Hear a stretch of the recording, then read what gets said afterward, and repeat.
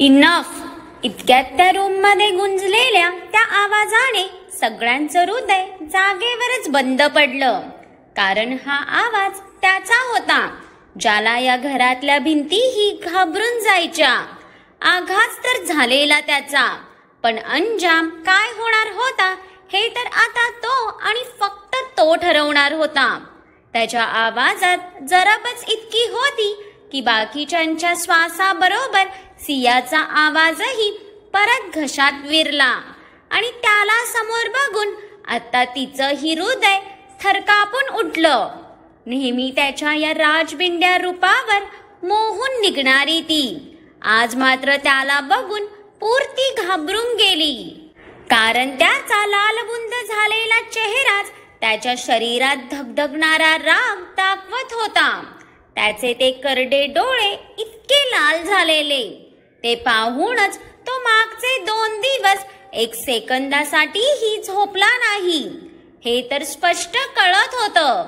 सिया त्याला आज पहिल्यांदा इतक्या रागात पाहत होती. चेहरा जितका शांत होता त्याचा, तितक्याच तीव्रतेचा भूकंप त्याच्या शरीरात थोपवून बसलेला तो. पण त्याच्या या रागाला घाबरून सियाला आणखीनच रडू आलं आणि ती गुडघ्यात चेहरा लपवून हळूहळू रडू लागली. रडायचं तर खूप मोठ्याने होतं तिला, पण त्याच्या समोर आता आवाज तरी निघायला हवे ना. त्याला बघून एक क्षण त्याच्या मिठीत स्वतःला झोकून द्यावंसं वाटलं तिला. पण आता तिच्या मनानेच नको त्या गैरसमजात स्वतःला गुरफटून घेतलेलं ना. अग्नी, त्याचा राग बघून सुवर्णाला सियाची काळजी वाटली. त्याचा राग बघून त्याला काही बोलणार, तोच त्याची त्यांच्यावर आलेली ती करडी धारधार नजर बघून त्यांना तर पुढे काही बोलायची हिम्मतच झाली नाही. त्याचा राग म्हणजे नुसता आग होता, आग, ज्याला शांत करणं कोणाला शक्य नव्हतं. Come inside.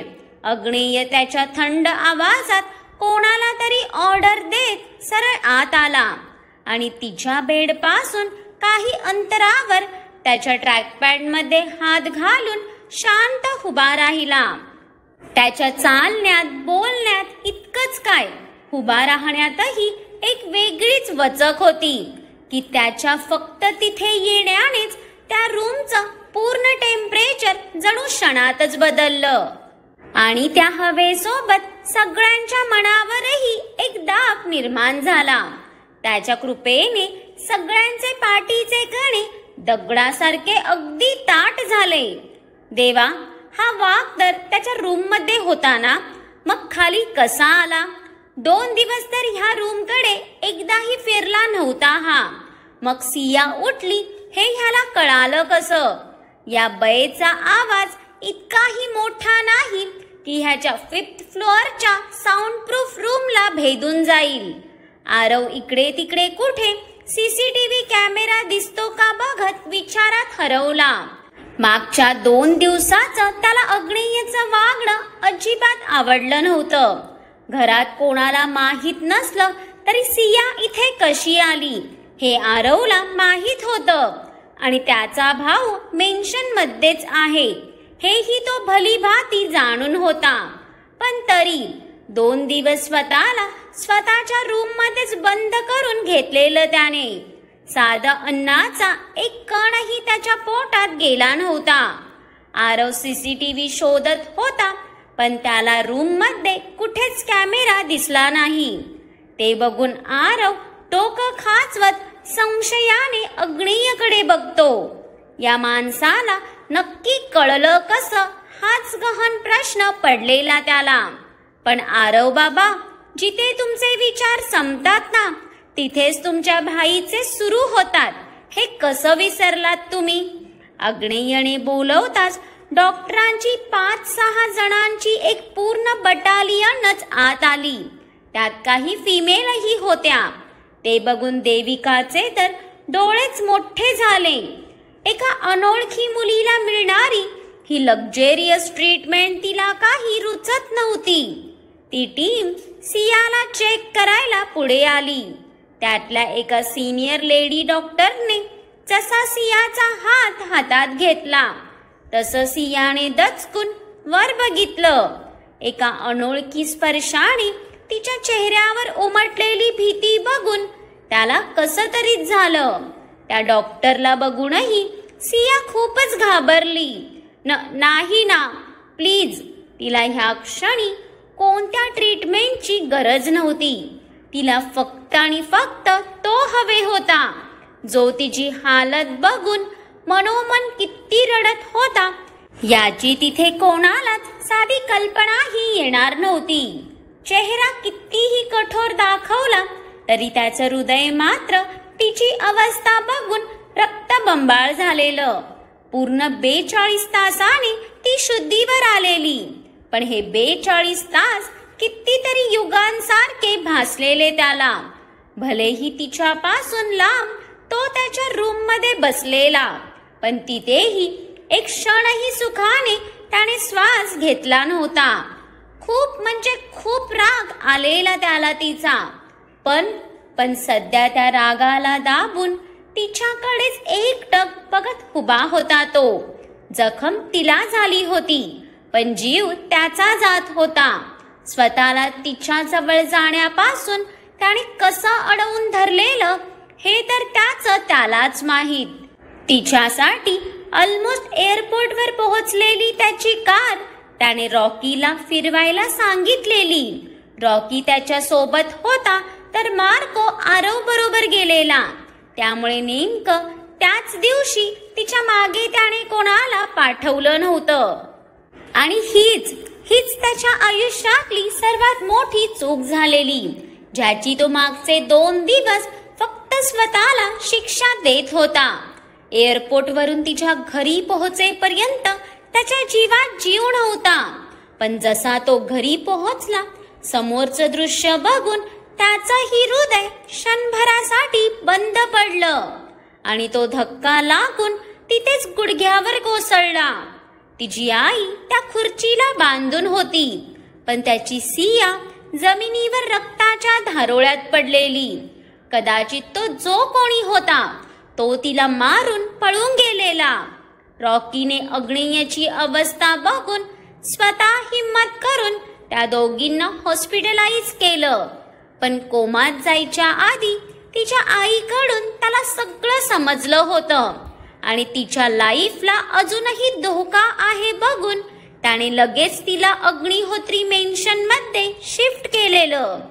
तो सुदेश आता पाताळात जरी लपला असला तरी तो त्याला शोधून काढणार होता. पण इतक्यांदा तिला विचारून सुद्धा ती त्याला काहीच बोलली नाही.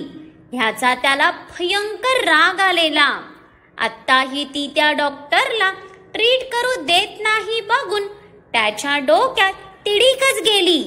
तिला ट्रीटमेंटची गरज होती पण प्रत्येक वेळी स्वतःची मनमानीच करत आलेली ती. पण आता तिच्या तब्येती बाबतीत तो कोणाचंच ऐकणार नव्हता, अगदी तिचंही नाही.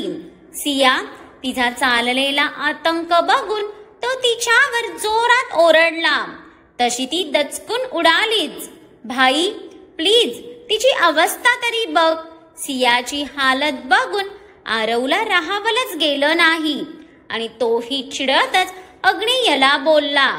तशी अग्नेयची रागीट नजर आरववर आली कारण त्याचा हा गुणी भाऊ आज त्याला समजवायला चाललेला ज्याला सगळं काही समजत होतं. तिची अवस्था बघून त्याने त्याच्या हाताच्या मुठी किती घट्ट आवळलेल्या हे कोणाला दिसणार तरी होतं का? मिस्टर अग्निहोत्री, तिला सध्या पॅम्परिंगची गरज आहे, नाही तर त्या ह्या ट्रॉमातून कधीच बाहेर येणार नाहीत. Please try to understand. एक सिनियर्स डॉक्टरही हिम्मत करून त्याला कळकळीने सांगतात. त्यांचं ऐकून अग्नी त्याचा राग दाबत डोळे मिटले. तिला ह्यातून बाहेर पडायला टाइम लागणार हे त्याला माहित होतं.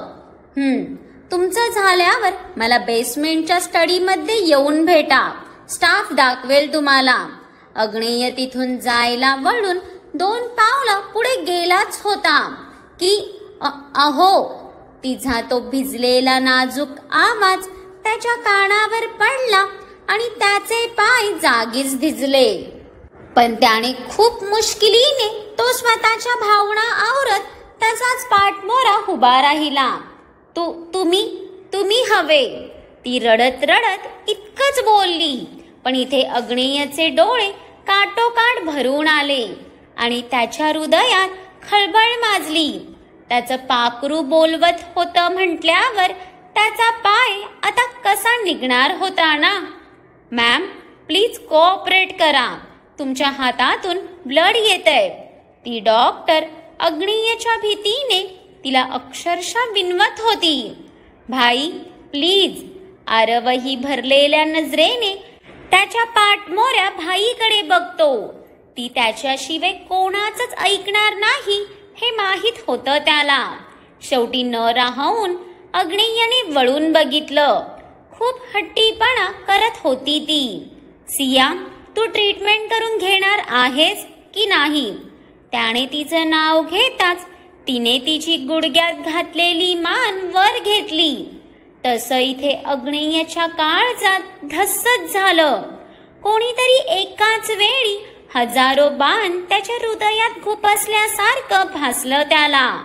काय अवस्था करून घेतलेली तिने स्वतःची.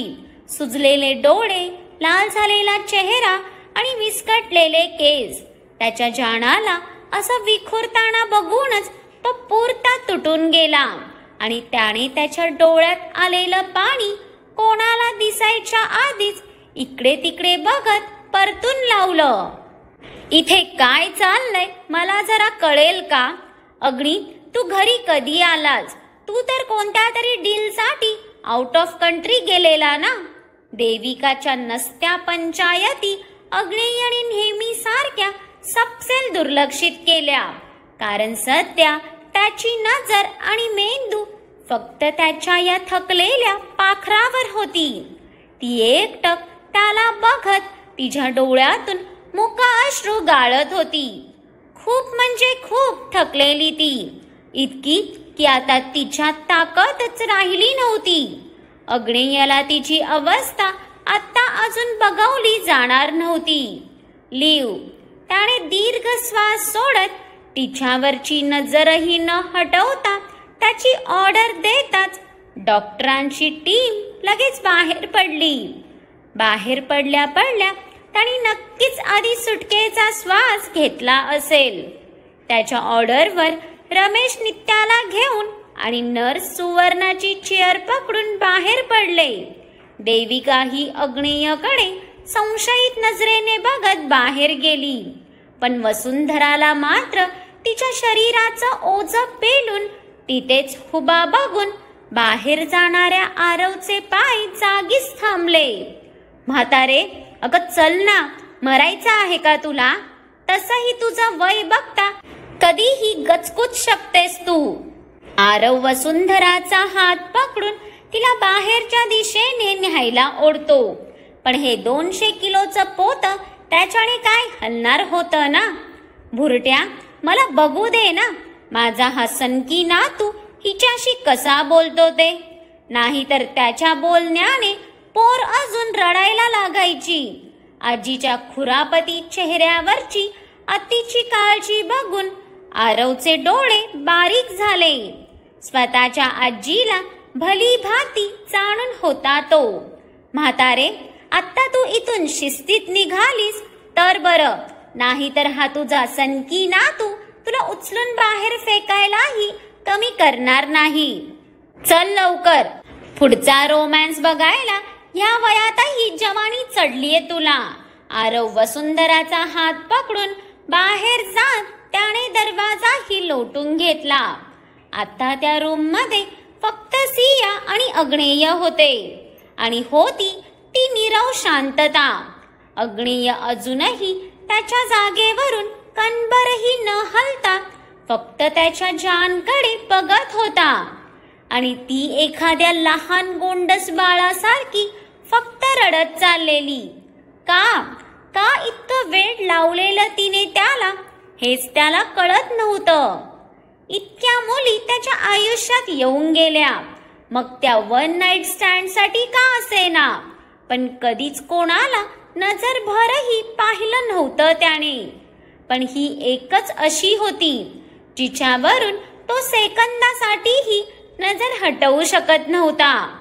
त्या दिवशी तिला त्या अवस्थेत पाहून पहिल्यांदा आयुष्यात घाबरलेला तो, ज्याला स्वतःच्या मरणाचीही भीती नव्हती, पण तिला गमावण्याच्या भीतीने त्याचाही जीव जाता जाता राहिलेला. रक्ताच्या धारोळ्यात पडलेल्या आपल्या प्रेमाला बघून त्या एका क्षणातच 100 वेळा मेला होता तो. आणि तिची हालत ज्याने कोणी केलेली त्याला तर तो जिवंतपणी नरक यातना काय असतात याची पुरेपूर अनुभूती करून देणार होता. त्याच्या शरीरातून रक्ताचा एक एक थेंब ओढून खूप बेरहम मरण असणार होतं त्याचं. अहो, त्याला आपल्याकडे फक्त बघताना बघून सियाला आणखीनच रडू आलं. नक्की त्याच्या मनात काय चाललंय या विचारानेच तिचं अंग जास्त थरथरत होतं. तिचा मंजूळ आवाज कानावर पडताच त्याने आत्ता कुठे जाऊन डोळे मिटले आणि तो 2 पाऊल तिच्या जवळ आला. तसं सियाने अंग आकसून घेतलं. ते बघून त्याच्या कपाळावर आट्या आल्या ना. तिचं त्याच्यापासून लांब जाणं त्याला सहनच होणार नव्हतं. कम, त्याने खिशातला एक हात काढून तिच्या समोर केला. डोक्याला जखम झाल्यामुळे तिचा चेहरा किती कोमेजला होता. त्यात रडून धडून मॅडमने अजूनच अवतार केलेला स्वतःचा. त्याने हात पुढे करून बोलावताच सिया रडतच नकारार्थी मान हलवत तिच्या गुडघ्यात डोकं घालते. त्याच्या नजरेत बघण्यालायकही ती आता स्वतःला समजत नव्हती. जाना, कम, त्याने परत तिला आवाज दिला. पण ह्यावेळी त्याच्या आवाजात जरब होती. ते पाहून ती अजूनच घाबरली. त्याचा राग किती भयंकर आहे हे तिला चांगलंच माहीत होतं. अहो, नको ना. तिला ओगाच त्याच्याजवळ जाऊन त्याचं शुद्ध अंतःकरण अपवित्र करायचं नव्हतं. पण तिला काय माहीत ना की तो किती आधीच अपवित्र होऊन बसलाय ते. त्याने तर इतके पाप केलेत की ते गंगेत डुबवायचं म्हटलं तरी 1000 डुबक्या माराव्या लागतील. तो तुझ्यासारखा गुणी थोडी ना होता. नाव इट्स फायनल वॉर्निंग. तू माझ्याजवळ येणार आहेस की नाही? त्याने ह्यावेळी रागातच तिच्यावर नजर रोखली. आधी शॉर्ट टेम्पर रसायन होतं ते, पण ही बाई काय त्याला सुखाने शांतही राहू देणार नव्हती. ती त्याच्याजवळ यायला नाही बोलतीये. ही गोष्ट त्याला सहन कशी बरं होईल ना? अहो, प्लीज ना, मी तुमच्या योग्य नाही. सिया बोलतच होती की अचानक तिला तिच्या भोवती काहीतरी जाणवलं. तिने झटक्यातच मान वर करून पाहिलं तर ती ह्या क्षणी अग्नेयच्या मिठीत होती. अहो, ती त्याला काही बोलायच्या आतच त्याने तिला अगदी अलगद दोन्ही हातांवर उचलून तो सोफ्यावर येऊन बसला आणि तिला एखाद्या नाजूक बाळासारखं मांडीवर बसवलं.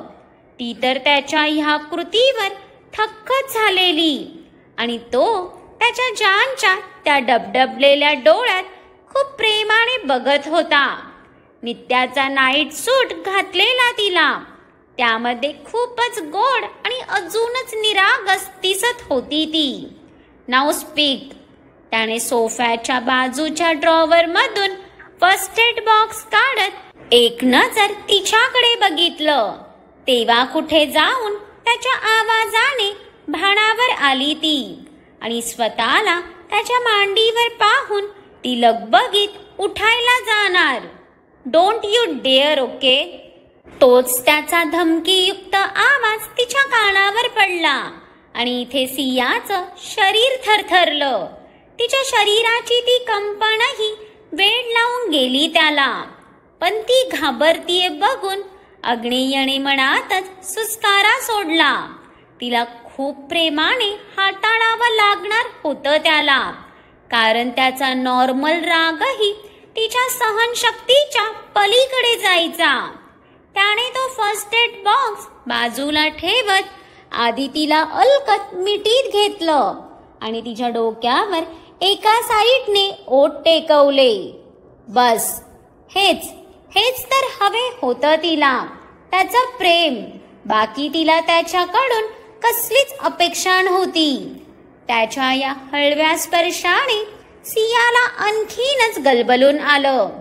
याच तर हक्काच्या मिठीची नितांत गरज होती तिला. तिने पटकन त्याच्या भोवती हात गुंफत त्याच्या मानेत तिचा चेहरा लपवला आणि तिच्या इतक्या वेळ गुदमरणाऱ्या भावनांना वाट मोकळी करून दिली. तसं त्याचे तिच्या भोवतीचे हात आपोआप घट्ट झाले. ती अक्षरशः हमसून रडत होती आणि आज तो पहिल्यांदा तिला इतकं रडताना बघत असल्याने त्याच्यासाठी तिचा एक अश्रू जीव घेणा झालेला. ती कोणत्याच ट्रॉमात जाऊ नये म्हणून तिचं व्यक्त होणं खूप गरजेचं होतं. त्याच्या मानेवर बरसणाऱ्या तिच्या प्रत्येक अश्रूंची किंमत तो त्या व्यक्तीकडून अशी काय वसूल करणार होता, जणू त्याच्या पुढच्या 7 पिढ्या जन्माला यायच्या आधीच घाबरल्या पाहिजेत. मी तुमच्या लायक. ती काय बोलणार हे समजताच अग्नेयची तिच्या भोवतीची मिठी आणखीनच घट्ट होत त्याने तिला अजूनच स्वतःकडे ओढलं. तिला कुठला विचार मारतोय हे तिच्या मगाशच्या प्रकोपावरूनच कळालं होतं त्याला. खूप स्वच्छ मन होतं तिचं. त्यामुळे स्वतःच्या चारित्र्यावर नसते शिंतोडे तिच्या नाजूक मनाला सहनच होणार नव्हते. जाना, रिलॅक्स बच्चा, नथिंग वॉज हॅपन्ड. आणि आता मी असताना काही होणारही नाही. अग्नेय सियाच्या केसांवरून हात फिरवत त्याच्या डोळ्यात रक्त उतरवत बोलला. तिची झालेली अवस्था त्याचा जीव घेत होती. अहो, तुम्हाला नाही माहीत, तो खूप घाणेरडा माणूस आहे. त्याने माझ्यासोबत सियाला पुढचं बोलवलंच गेलं नाही. तिने तिचा चेहरा अजूनच त्याच्या मानेत घुसळत ती जोरात रडू लागली. तसा इथे अग्नेयचाही कंठ जड झाला, पण तितकेच त्याचे डोळे लाल होऊन जबडाही आवळला गेलेला. जान, you trust me or not? त्याने तिला मागे करत तिचा चेहरा ओंजळीत घेतला. तशी तिची पाणीदार नजर त्याच्या धारदार नजरेत अडकली. भलेही त्याची नजर खूपच तीक्ष्ण होती, तरी तिला त्याच्या खोलीवर असलेलं अपार प्रेम दिसत होतं. अहो, तुमच्यावर तर मी स्वतःपेक्षाही जास्त विश्वास ठेवते. आई बोललेली की सिया, स्वतःसाठी एकदा तरी हिम्मत करून बघ. जर तू तुझ्यासाठी आवाज उठवतीये तर तो देव कुठल्या ना कुठल्या रूपात नक्की तुझ्या मदतीला येईल. आणि बघा, माझा देव माझ्यासाठी खरंच धावून आला. सिया त्याच्या हातांवर हात ठेवत रडतच बोलली. पण तिचं ऐकून मात्र इथे अग्नेय अगदी स्टीफ झालेला. किती सहज तिने त्याला तिच्या आयुष्यात देवाचं स्थान देऊ केलेलं. खरंच तिच्या या वेड्या प्रेमावर बेभान होऊन प्रेम करण्यापासून तो स्वतःला कसा अडवू शकणार होता. आता त्याचं शरीर क्षणातच गरम झालं. मग काय वाटतं तुम्हाला? आता त्या सुदेशाची हालत तर आपला अग्नेय काय करेल हे तर तुम्हाला नव्याने सांगायला नको, पण सिया तिच्या आईला बघून काय रिॲक्ट करेल आणि आता हा अग्नी कसा त्याच्या सियाला शांत करतो हे बघण्यासाठी पुढचाही लवीडवी भाग नक्कीच पहा, जो तुम्हाला खूप आवडेल. आणि आजचा भाग आवडला असेल तर भरभरून कमेंट्स करून कळवा, जास्तीत जास्त लाईक करून खूप साऱ्या लोकांना शेअर करा.